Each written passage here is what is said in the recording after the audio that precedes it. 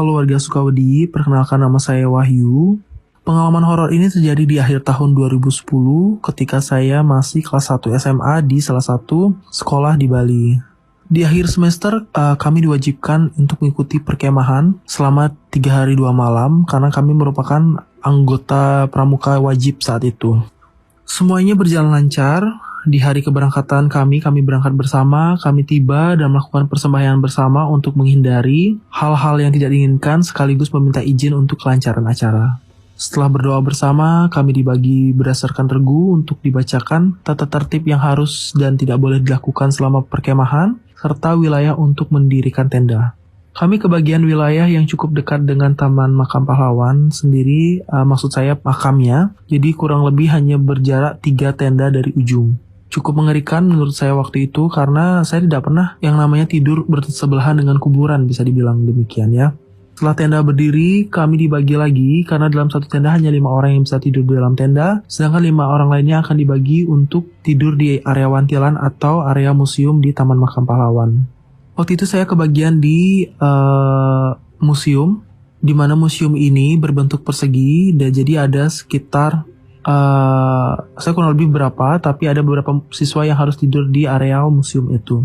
Kami tidur mengelilingi itu, kami letakkan tas kami di sana. Museumnya lumayan mengerikan karena di dalam museum, meskipun temboknya cukup tinggi, tapi kami bisa dengan jelas melihat area dalam yang hanya dibatasi dengan jendela tanpa korden waktu itu. Di dalamnya ada senapan perang, ada berbagai senjata, ada tombak, ada juga baju-baju perang, baju para korban dan pahlawan yang lengkap dengan bercak darahnya. Menurut saya itu mengerikan. Tidak mau berpikiran negatif tentang itu, kami lanjutkan dengan acara masak-memasak, di mana sebagian dari kami diminta untuk melakukan persiapan malam bakat dan apresiasi serta penyambutan pembukaan acara ya, begitu. Setelah acara masak-memasak dan persiapan dilakukan, kami semua mandi di air pancuran yang tidak jauh dari Taman Makam Pahlawan, hanya berjarak beberapa ratus meter dengan berjalan kaki. Setelah selesai, kami makan bersama dan dilanjutkan dengan acara malam bakat dan pembukaan. Semua berjalan lancar, tidak ada hal-hal signifikan yang terjadi. Kami tidur sekitar pukul 10 malam waktu itu. Nah, jam 10, 10.30 atau 11 setelah bercerita-cerita, akhirnya saya ketiduran bersama teman-teman saya. Tapi, saya waktu itu terbangun sekitar pukul 12 lewat atau tengah malam atau sebelum jam 1 kurang lebih, karena suara kokokan ayam jantan yang sangat jelas terdengar dan saya terbangun. Saya melihat sekeliling saya, orang-orang di sebelah saya semuanya masih tidur lelap waktu itu. Saya lumayan kaget dan berusaha untuk tidur lagi dan berpikir positif, berpikir positif tentang kejadian itu. Saya coba tidur tapi tidak bisa, dan di saat itulah saya mendengar suara tangisan lirih seorang perempuan. Terdengar sangat sedih dan lirih sekali. Menurut saya itu cukup mencekam, karena saya sedang tidak ada di lingkungan yang biasa saja, karena ada di Taman Makam Pahlawan di dekat museum, dan saya mendengar hal itu. Saya sangat takut. Saya berdoa, menutup mata saya, menutup dengan selimut, tapi tetap terdengar seperti tembus begitu. Saya berdoa, sedih, kesedihan ini seperti merasuk dalam hati begitu. Keringat dingin, tetap berdoa, dan akhirnya pagi pun datang. Jadi selama semalaman saya tidak tidur, tetap berdoa tanpa putus. Tapi karena masih ada di areal perkemahan, saya tidak mau cerita hal ini ke siapapun, saya simpan untuk diri sendiri. Tetapi tetap dalam pikiran saya bahwa saya baru saja mengalami hal yang cukup mengerikan begitu. Saya melakukan kegiatan dengan normal di hari itu, melakukan games dengan anggota pramuka lainnya, melakukan pemecahan sandi, mors, berkeliling persawahan, yang mengikuti segala agenda yang harus dilakukan hari itu. Malam harinya adalah malam pelantikan. Setelah melakukan persiapan, makan bersama dan mandi, sebelum acara dimulai, saya harus balik ke museum untuk mengambil beberapa atribut regu yang akan digunakan waktu itu. Saya ajak satu teman saya di sepanjang jalan menuju museum karena lumayan agak jauh dari wantilan acaranya. Tidak tahu kenapa saya melihat pohon besar di tengah menoleh secara kilat, tapi saya melihat ada sosok di tengah-tengah pohon yang menatap secara kosong. Saya tidak tahu itu apa, tapi saya tidak mau cerita ke teman saya. Saya bergegas, saya bilang ke teman saya, ayo buruan kita ke museum, ambil barangnya, lalu balik ke wantilan. Udah gitu aja, gak mau yang pikir macem-macem.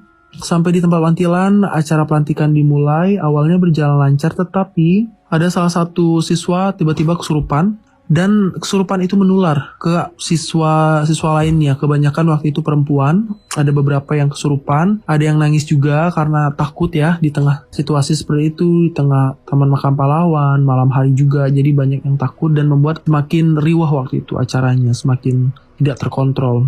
Akhirnya dengan pemuka adat dilakukan acara pembersihan, pengusiran ya sesuatu mungkin roh seperti itu. Setelah selesai, kami berdoa, acara pelantikan dilakukan secara simbolis dan kami diwajibkan tidur. Karena keesokan harinya kami akan pergi dari tempat itu pagi-pagi. Ada yang saya lupa ceritakan, jadi selama perkemahan di malam hari ada beberapa orang yang bertugas untuk melakukan jaga malam. Nah, di malam kedua, kebagian jaga malam yaitu ketua regu kami dan beberapa teman lainnya yang harus menjaga di area Wantilan Tengah waktu itu. Ketika mereka asik mengobrol di tengah malam, mereka mendengar suara nyanyian tradisional Bali, lagu tradisional zaman dahulu kala. Datang awalnya lirih, tapi makin lama makin terdengar jelas. Mereka hanya terdiam, termenung, tidak berani menanggapi, hanya melirik satu sama lain.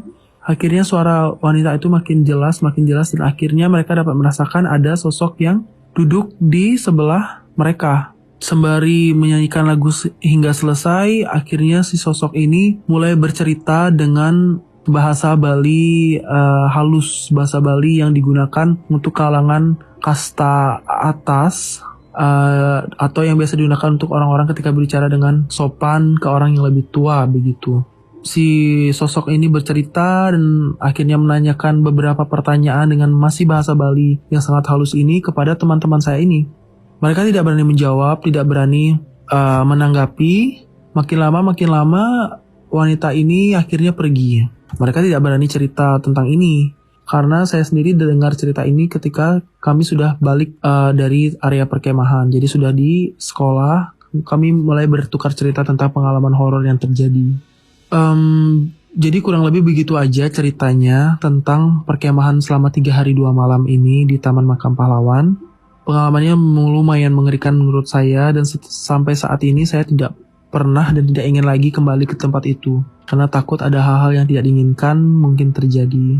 Terima kasih bagi pendengar di UC Waraisi. Itu aja cerita dari saya saat ini. Kalau kalian suka, nanti di kesempatan lainnya saya akan ceritakan pengalaman-pengalaman horor saya lainnya. Terima kasih dan selamat beraktivitas.